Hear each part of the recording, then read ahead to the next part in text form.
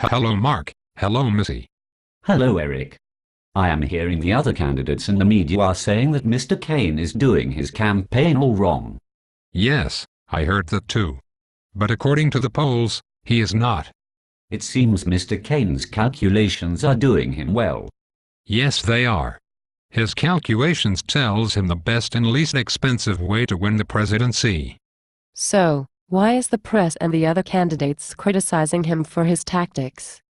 Because they only know how to do it the way they were taught. Is that why they are spending so much money for their campaigns? Yes. The conventional way is very expensive. And the way conventional works in Washington is also very expensive. Yes. The problem is that our legislative process adds on new laws every day.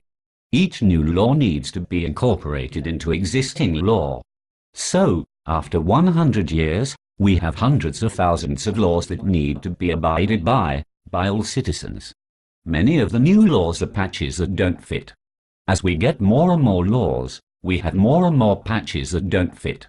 I think about our legal system as a big bag full of water that keeps getting bigger and springs more and more leaks that our legislature has to patch up with duct tape. Think of leaks as unintended consequences. Each hole patched up causes more leaks to occur. This gets more expensive to manage as time goes on, and our citizens have to pay more and more money, taxes and time to manage the laws that we have. I believe in simplicity because simplicity is much less expensive and easier to manage. I agree, this conventional way of doing things has complicated our voting process too. It seems to me that each new candidate for office uses the same ways to get elected.